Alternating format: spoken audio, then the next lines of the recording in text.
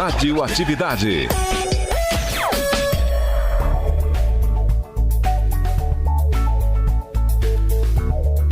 Bom, e nós vamos conversar aqui sobre o assunto que todo mundo quer saber. A comissão do impeachment. E nós vamos conversar com quem? Com o novo jurista que foi apresentado à nação por José Eduardo Cardoso? Não, acho que não. Não está aceitando entrevistas. Nesse horário não pode! Nós vamos conversar com um dos senadores mais midiáticos e mais ativos dessa comissão, o senador Ronaldo Caiado. Tudo bom? Boa tarde, Madeleine. Boa tarde, Carlos. Obrigado aí pelo espaço. Se fosse na sua equipe que tivessem feito uma dessas, o senhor fazia o quê? Realmente, a gente tinha que ter dado cartão vermelho ali, né? Não é? Já não saía nem da sala empregado para mim. Aquela foi pesada. Bom, foi mal, né? E tanto é que ele nem veio hoje, né? Ele nem veio hoje, nem apareceu hoje. Mas mandou o substituto. Foi a mão do destino. Enfim, queria perguntar para o senhor o seguinte: hoje, o ex-ministro do Planejamento, Nelson Barbosa, esteve na comissão. E o senhor foi lá lavar roupa suja com ele, é isso? Ele ficou bastante constrangido, né? Ele ficou sem espaço, porque realmente nós desmontamos todas as teses dele. Ele é um economista, um conhecedor profundo da matéria, mas realmente não tem como eles poderem reagir aos fatos que nós apresentamos documentos, tanto do TCU, mostrando que ele estava realmente desrespeitando tanto a Constituição brasileira como também a lei orçamentária e a lei de responsabilidade fiscal. Então ele tenta sempre tergiversar, tenta sempre criar uma nuance, tenta querer amenizar uma saída, mas fica claro que a posição dele foi claramente: olha, o Congresso para nós é secundário, acessório, e nós é que decidimos aqui o que nós devemos fazer. E depois, no final do ano, a gente manda o Congresso aprovar. Então, mais ou menos ficou claro na tentativa dele, mas lógico que não queria expor isso de uma maneira mais clara, exuberante, e com isso ficava tergiversando e achando palavras para não falar a verdade. O senhor acha que esse número grande de testemunhas que foi levado, quando a gente vê os depoimentos, tem testemunha que eu não sei nem o que o cara tá fazendo lá, porque pergunta as coisas pro cara, o cara fala: mas tal ano eu não tava em tal lugar, eu não era o chefe. O senhor acha que isso adianta alguma coisa? Eu acho natural o réu tentar qualquer negócio. Acho natural. Mas o senhor acha que isso está contando a favor de Dilma de verdade, politicamente? Pelo contrário, eu acho que está irritando mais ainda até a população que está ouvindo parte desses depoimentos.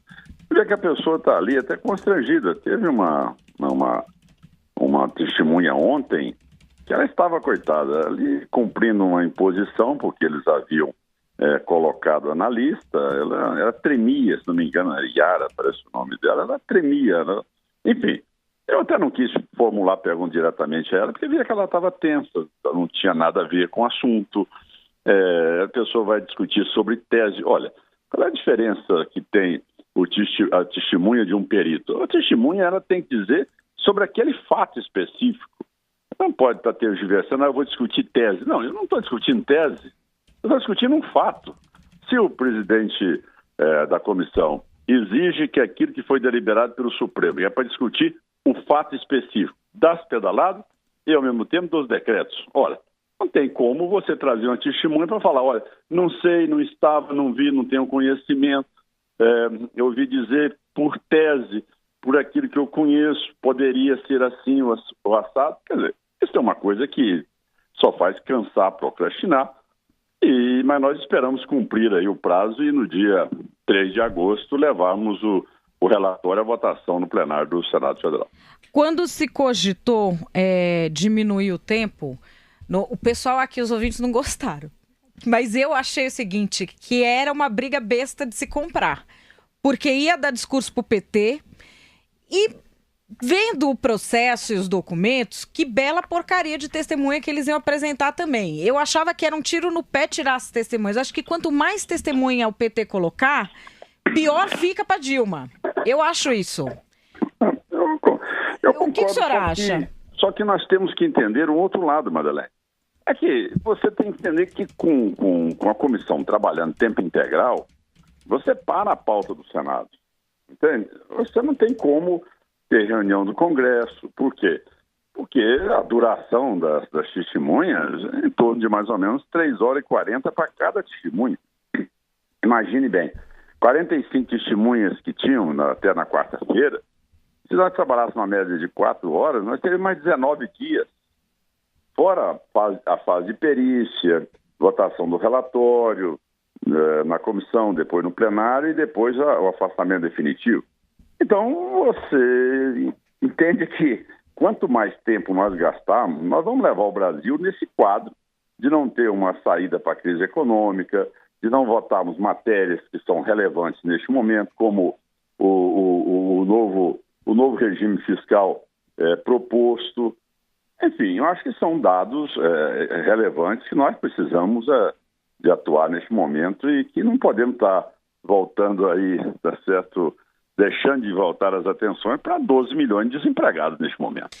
Mas assim, também nós estamos falando de uma ação que talvez seja uma das maiores responsabilidades que um parlamento tem, que é revogar 54 milhões de votos por uma razão que tem que ser justificada ali. O senhor não acha que é um momento histórico que exige mesmo esse empenho? Eu acho que exige, tem que ser acima de qualquer suspeita. Não, eu acho que é uma lei que tem que ser revista, né? Porque esse período em que se coloca numa lei por 180 dias, numa transitoriedade, a partir daí, então, vamos discutir que regime, que sistema que suporta isso. Aí o país não aguenta, e aí você vem para a tese que realmente o parlamentarismo teria muito mais eficiência do que um regime presidencialista. Entendeu? Porque você ter 180 dias de interinidade é algo que realmente dá um sentimento de ausência de governo, de possibilidade amanhã de um retorno, apesar que nesse caso não, né? Porque ninguém vai querer reconduzir aquilo que foi o maior desastre econômico, social, político do país, né? Se tem alguma coisa que ficou no governo Dilma, qualquer iniciante na política saber do que não deve fazer foi o que ela fez no governo. Mas ele é um parlamentarista, ele é que nem eu. Ele fica falando do caos para convencer, para evangelizar as pessoas do parlamentarismo, não é? Eu sou assim. Fico falando, a comissão tem que durar 10 anos, vocês vão ter que ser obrigados a ver TV Senado todo dia, para ver se a pessoa vira parlamentarista, entendeu? Mas que sob esse ponto de vista, né, senador, abre espaço para esse tiroteio. Por exemplo, hoje mais uma vez, e agora em um evento em Pernambuco, a presidente Dilma Rousseff foi questionada e a resposta dela foi: todo dia nós acordamos e nos perguntamos quem vai cair hoje, numa referência aos ministros demitidos ou que pediram afastamento do governo Temer. Ou seja, abre espaço para esse tipo de tiroteio, né? E para uma situação em que você não sabe para que lado vai e as incertezas só se multiplicam, né? O que não favorece também a defesa, porque ela não apresenta nenhuma tese nova que garanta a sua isenção. E do outro lado também o governo que está aí não consegue atuar, né, senador?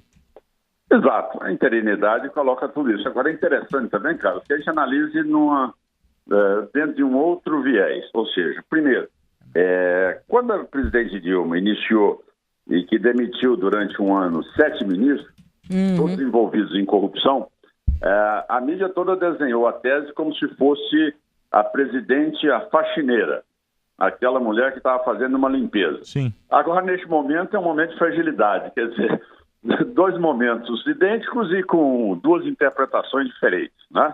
Aquela época dela era faxineira, ela estava arrumando, ela estava demitindo. Agora, realmente o cidadão, mesmo antes de ser denunciado, já está se demitindo, porque está vendo que não tem espaço para continuar sob a tutela da presidente. Mas eu vejo sinceramente, que nós estamos cumprindo esse calendário. O ritmo tem sido um ritmo sobrecarregado mesmo, né? São várias testemunhas que não acrescentam nada. A pessoa chega ali, não tem nada a trazer, não tem conhecimento daquilo que está sendo denunciado. Então Então fica aquele sentimento seguinte, olha, nós estamos fazendo do faz de conta, né? Vocês costumam às vezes dizer, a tese do faz de conta, às vezes o doente está na fila do SUS, faz de conta que vai ser atendido e o médico faz de conta que atende. Então, quer dizer, é uma situação que também, com poucas e honrosas exceções, nós tivemos testemunhas de alto calibre, com capacidade de poder trazer ponderações para os fatos que nós estamos discutindo. Agora, outros, vergonhoso, era uma pessoa que não tinha nem ideia do que estava fazendo ali, não queria assumir nada, não falava, não, eu não venho aqui como testemunha, eu me proponho apenas a discutir uma tese. Olha, então, quer dizer, as coisas ficam um pouco cansativas até para o cidadão brasileiro que está ouvindo tudo aquilo. E quando a Madeleine me perguntou se isso aí vai alterar, não, eu acho que nenhum senador se viu ali sensibilizado com nenhum argumento trazido pela defesa da presidente Dilma. Para finalizar, eu acho que tecnicamente os argumentos ali, o Zé Eduardo Cardoso é bom, está tentando, né? Está trazendo novos juristas à cena nacional, gente que faz justiça com as próprias mãos, mas enfim. Eu queria saber do senhor, existe, no seu entender, pelo prolongamento do processo, pelo discurso político do PT, alguma possibilidade de Dilma voltar? Zero. Nenhuma. Não existe essa hipótese. Não existe essa hipótese, Madeleine. Não existe essa hipótese. Isso é zero. Não tem a menor possibilidade. Sabe por quê? Porque nem mesmo o PT deseja. Tá certo? Nem mesmo o PT quer a Dilma de volta. Porque o problema todo é a incapacidade de gestão. É algo que está nítido, está claro. Quer dizer, é você querer que volte para a sala de cirurgia um charlatão incompetente que todos os casos que operou, os pacientes evoluíram para óbito. Mas você vai querer ser operada por isso? Não tem lógica. Quer dizer, o Brasil não quer isso, não adianta. Não é uma questão mais política de sobrevivência da economia do país e também da possibilidade do país sair dessa crise sem precedentes. É que nem na Revolução de 30 nós passamos por um caos como esse. Então é algo gravíssimo, tá certo? E que nós precisamos. Agora, pelo menos, eu acho, Madeleine, que nós temos que analisar dentro também de uma nova vertente. Ora, os programas do PT normalmente são programas assim. Vai acontecer uma eleição, aí vamos fazer medidas para aquela eleição. Aí vem a outra eleição, aí vem para a reeleição. Agora não, nós tivemos pelo menos do lado aqui do Henrique Meirelles um projeto para 10 anos de Brasil. 10 anos e depois podendo essa matéria ser alterada ou reeditada mais novos 10 anos. Então você não tem nenhum projeto para campanha eleitoral. Entendeu? Você não tem um projeto agora para ganhar as prefeituras de 2016. Você não tem um projeto para ganhar as eleições de 2018. Pelo contrário, essa parte é a parte amarga ainda do projeto para depois o Brasil estabilizar e voltar a recompor um déficit fiscal de 170 bilhões de reais. Quer dizer, um Brasil em queda livre, um Brasil em desemprego com mais de 12 milhões de brasileiros, um Brasil sem nenhuma credencial lá fora, pelo contrário, as agências desconsiderando o Brasil como bom pagador e colocando na escala de especulador. Enfim, acho que tudo isso nós precisamos de ter um momento de seriedade, de menos demagogia, de menos partidarismo e de um projeto que seja voltado para recuperar uma condição do Brasil ser um país respeitado e com políticas que tenham transparência, mas ao mesmo tempo consistência para enfrentar a crise. Senador Ronaldo Caiado, muitíssimo obrigada mais uma vez por participar aqui do Radioatividade. Um abraço, bom trabalho. Obrigado, Madeleine. Muito obrigado pelo espaço aí, ao Carlos também, e uma boa tarde. Vamos aí continuar à tarde e noite de sexta-feira até a madrugada, provavelmente ouvindo aí mais as últimas 3 testemunhas. Até a próxima.